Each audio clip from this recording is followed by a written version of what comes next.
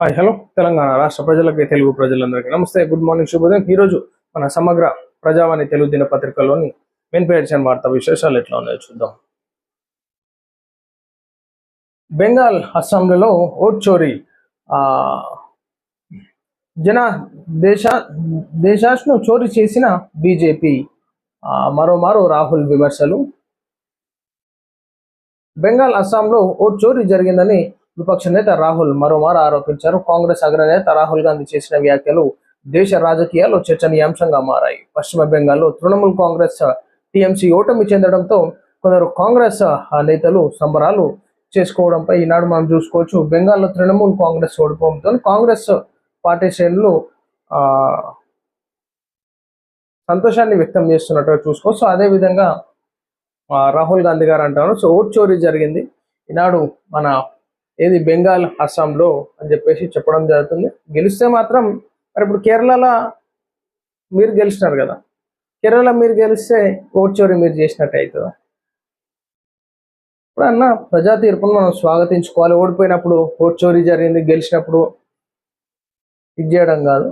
So ఖచ్చితంగా ప్రజా తీర్పు అనే దాన్ని గౌరవించుకుంటే బాగుంటుంది. సో ఈనాడు బీజేపీ కూడా మీరు కేరళలో ఓట్ చోరీ చేసిరని చెప్పేసి అంటే కరెక్ట్ కాదు. సో ఈనాడు ప్రజా తీర్పు దాని మీద నిర్ణయం ఆలోచించుకోవాలి. శాసనసభాపక్ష నేతగా విజయ్ ఎన్నిక, ప్రభుత్వ ఏర్పాటుపై సమావేశంలో చర్చ. మెజార్టీ కోసం గవర్నర్ను 15 రోజులు గడువు కోరిన టీవీకే పొత్తు కోసం ఎవరిని అడుక్కోబోమని స్పష్టీకరణ. తమిళనాడులో అత్యధిక స్థానాలు సాధించిన టీవీకే పార్టీ మెజార్టీకి కొద్ది దూరంలో ఉంది. ఇదే సమయంలో పార్టీ లెజిస్లేటివ్ లీడర్గా విజయ్ ఏకగ్రీవంగా ఎన్నికైనట్లు ఆ పార్టీ ప్రకటించింది. సో మొత్తానికి ఏదైతే మ్యాజిక్ ఫిగర్ కావాలో ఆ మ్యాజిక్ ఫిగర్కి కొద్ది దూరంలో ఉంది. సో ఖచ్చితంగా మాకు ఒక 15 రోజులు టైం ఇవ్వండి, మేము అన్ని విధాల ముందుకు వస్తామని చెప్పేసి విజయ్ అక్కడ రిక్వెస్ట్ చేయడం జరిగిందనమాట గవర్నర్. బెంగాల్ అస్సాంలకు బీజేపీ పరిశీలకుల నియామకం. పశ్చిమ బెంగాల్ అసెంబ్లీలో బీజేపీ ఘన విజయం సాధించిన నేపథ్యంలో అక్కడ ప్రభుత్వాల ఏర్పాటుకు బీజేపీ రంగం సిద్ధం చేసింది. 2 రాష్ట్రాల్లో బీజేపీ ప్రభుత్వం ఏర్పాటు చేయబోతోంది. సో మొత్తానికి అక్కడ పరిశీలకుల నియామకం చేసినట్టుగా చూసుకోవచ్చు. ప్రాణహిత చేవెళ్లకు జాతీయ హోదా కల్పించాలి. పోలవరంకు జాతీయ హోదా ఇచ్చి తెలంగాణను విస్మరిస్తే ఎలా? ఒక ప్రాజెక్టుకు కూడా జాతీయ హోదా ఇవ్వకపోవడం వివక్షే. ధాన్యాన్ని కేంద్రం తీసుకోకుండా కుర్రలు పెట్టడం సరికాదు. ప్రధాని మోడీకి బట్టి విక్రమార్క విజ్ఞప్తి. ప్రధానమంత్రి నరేంద్ర మోడీ తెలంగాణ పర్యటనను పురస్కరించుకొని ఉమ్మడి ఆంధ్రప్రదేశ్ రాష్ట్రంలో కాంగ్రెస్ ప్రభుత్వం హయాంలో డిజైన్ చేసిన డాక్టర్ బిఆర్ అంబేద్కర్ ప్రాణహిత చేవెళ్ల ప్రాజెక్టును తక్షణమే జాతీయ ప్రాజెక్టుగా ప్రకటించాలని రాష్ట్ర ఉప ముఖ్యమంత్రి బట్టి విక్రమార్క విజ్ఞప్తి చేశారు. సో సిరిసిల్ల జిల్లా గంభీరావుపేట గ్రామంలోని పంతులు గారి తోటలో స్టాట్రమ్ టెక్నాలజీస్ ప్రైవేట్ లిమిటెడ్ ఆధ్వర్యంలో ఏర్పాటు చేసిన కంప్రెస్డ్ బయోగ్యాస్ ప్లాంట్ నిర్మాణానికి మంగళవారం డిప్యూటీ సీఎం బట్టి విక్రమార్క, మంత్రులు దుద్దిల శ్రీధర్ బాబు, సో పలువురు అటెండ్ అయినట్టుగా చూసుకోరు. సో మొత్తానికి ప్రాణహిత చేవెళ్లకు జాతీయ హోదా కల్పించాలన్నట్టు కూడా బట్టి విక్రమార్క గారు చెప్పడం జరిగిందనమాట. సో ఇది ఖచ్చితంగా కేంద్ర వివక్ష అన్నట్టు కూడా చెప్పడం జరుగుతుంది. బీఆర్ఎస్ బీజేపీ కుమ్మకు రాజకీయాలు. కాళేశ్వరంపై సిబిఐ విచారణ ఎందుకు తొక్కిపెట్టారు? వరంగల్ రైతు మేళా కార్యక్రమంలో మంత్రి పొంగులేటి. బీఆర్ఎస్ బీజేపీలవి కుమ్మకు రాజకీయాలని మంత్రి పొంగులేటి శ్రీనివాసరెడ్డి మండిపడ్డారు. బీఆర్ఎస్ తో కుమ్మకు కాకపోతే కాళేశ్వరంపై సిబిఐ విచారణ ఎందుకు ఆదేశించడం లేదన్నారు. మోడీకి దమ్ముంటే తెలంగాణకు వచ్చే ముందు వారిని అరెస్ట్ చేయాలని చెప్పేసి పొంగులేటి శ్రీనివాస్ గారు డిమాండ్ చేయడం జరిగిందన్నమాట.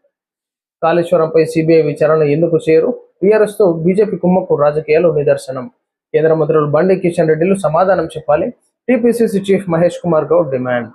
కాళేశ్వరం ప్రాజెక్టు నిర్మాణంలో అవినీతిపై సిబిఐ విచారణ ఎందుకు ఆలస్యం అవుతుందో సమాధానం చెప్పాలని తెలంగాణకు చెందిన కేంద్ర మంత్రులు బండి సంజయ్, కిషన్ రెడ్డిలను TPCC chief Mahesh Kumar Goud demand చేశారు.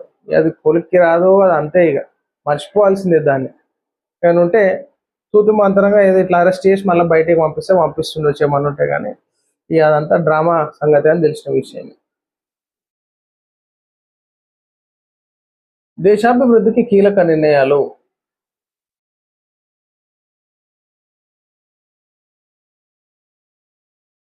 1,52,702 కోట్ల నిధులు మంజూరు. చెరుకు రైతుల కోసం 1,00,000 కోట్లు కేటాయింపు. మిషన్ ఫర్ కాటన్ ప్రొడక్టివిటీ కింద 5,659 కోట్లు. సెమీ కండక్టర్ యూనిట్ల ఏర్పాటుకు ప్రోత్సాహకాలు. ఉన్నత న్యాయస్థానంలో మరో 4 జడ్జిల పెంపు. కేంద్ర కేబినెట్ కీలక నిర్ణయం.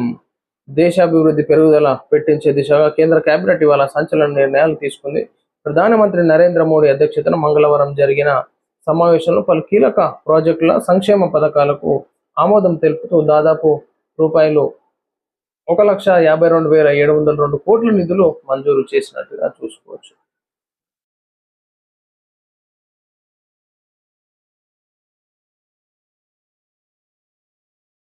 ప్రధాని పర్యటనలో భారీ భద్రత, కట్టుదిట్టమైన భద్రతా చర్యలు, అధికారులతో సమీక్షలో సిఎస్ ఆదేశం. ప్రధానమంత్రి శ్రీ నరేంద్ర మోడీ 10వ తేదీన తెలంగాణలో పర్యటించనున్న నేపథ్యంలో భద్రతా పరంగా కట్టుదిట్టమైన చర్యలు తీసుకోవాలని రాష్ట్ర ప్రభుత్వం ప్రధాన కార్యదర్శి రామకృష్ణరావు ఆదేశించారు. సో మే 10వ తారీఖున నరేంద్ర మోడీ గారు తెలంగాణకి రాబోతున్నారు కాబట్టి సో అన్ని చర్యలు కట్టుదిట్టమైనటువంటి చర్యలు తీసుకోవాలి, పటిష్ట బందోబస్తుని ఏర్పాటు చేయాలని చెప్పేసి రిక్వెస్ట్ చేయడం జరిగింది. ఉపరితల ద్రోణితో పిడుగులతో కూడిన వర్షాలు. తెలుగు రాష్ట్రాలకు వర్ష హెచ్చరిక. తెలుగు రాష్ట్రాల ప్రజలకు వాతావరణ శాఖ కీలక హెచ్చరిక జారీ చేసింది. ఆంధ్రప్రదేశ్, తెలంగాణలో రాబోయే 3 రోజుల పాటు పలు చోట్ల వర్షాలు కురిసే అవకాశం ఉందని తెలిపింది. తెలంగాణ, రాయలసీమ, తమిళనాడు మీదుగా కొరియన్ ప్రాంతం వరకు ఉపరితల ద్రోణి కొనసాగుతుందని అధికారులు వెల్లడించారు. సో పిడుగులతో కూడిన వర్షాలు, తెలుగు రాష్ట్రాలకు వర్ష హెచ్చరిక వాతావరణ శాఖ చెప్పినట్టుగా చూసుకోవచ్చు. సో త్వరగతిన ఆ ఒడ్ల కొనుగోలు కేంద్రాల దగ్గర రాష్ట్ర ప్రభుత్వం తొందరగా ఒడ్లు కొనుగోలు చేస్తే బాగుంటుంది. మళ్ళీ ఆ వర్షం పడి ఆరబెట్టినటువంటి ధాన్యం తడిసిపోవడము, ఆ వర్షం నీళ్ళతో కొట్టుకోవడం, ఇవన్నీ మళ్ళా పెద్ద గందరగోళం ఉంటుంది. కాబట్టి రైతులు కూడా మరి యొక్క ధాన్యాన్ని సేఫ్ జోన్లో పెట్టుకోవాల్సిందిగా కోరుతాను. కింద ఆరబెట్టకుండా వాళ్ళు ఒకటి ఏది ఐరన్ జాలి లాంటివి చేపించుకుంటే బాగుంటుంది. ఒడ్లు ఆరబెట్టడానికి ఒక కవర్ వేసి కవర్ మీద ఒడ్లు పోస్తే సేఫ్గా ఉంటుంది, తడవకుండా ఉంటుంది అని చెప్పేసి ఒక సూచన లాగా చేస్తూ ఉన్నాం అన్నమాట. ఏరోస్పేస్ దిగ్గజాలకు తెలంగాణ వ్యూహాత్మక భాగస్వామి. డ్రోన్ టెక్నాలజీ, శాటిలైట్ కమ్యూనికేషన్స్లోనూ global leader. Ecosystem innovation, R&D, industry ready work force పై దృష్టి. ఐటీపీ ఏరో ఇండియా ప్లాంట్కు మంత్రి శ్రీధర్ బాబు భూమి పూజ. మొక్కలు కొనుగోలులో కావాలని జాప్యం. రైతులను మోసం చేస్తున్న ప్రభుత్వం. నేటిలోగా సమాధానం రాకపోతే ఆందోళన తీవ్రం, ప్రభుత్వాన్ని హెచ్చరించిన కేటీఆర్. సో మొక్కలు రాష్ట్ర ప్రభుత్వం ఇంకా కొనుగోలు చర్యలు తీసుకుంటలేదు కాబట్టి ఈనాడు రైతన్నలు పండించినటువంటి పంటను అమ్ముకోలేక తీవ్ర ఇబ్బందులు పడుతూ ఉన్నారు అని చెప్పేసి కేటీఆర్ గారు చెప్తా ఉన్నారు. సో ఏది ఏమున్నా సరే కానీ రైతులకు ఇబ్బంది లేకుండా రాష్ట్ర ప్రభుత్వం చర్యలు తీసుకోవాలి. సో ఇది ప్రజలారా ఈరోజు మన ప్రజావాణి తెలుగు దినపత్రికలోని మెయిన్ ప్యాషన్ వార్తా విశేషాలు. నమస్తే.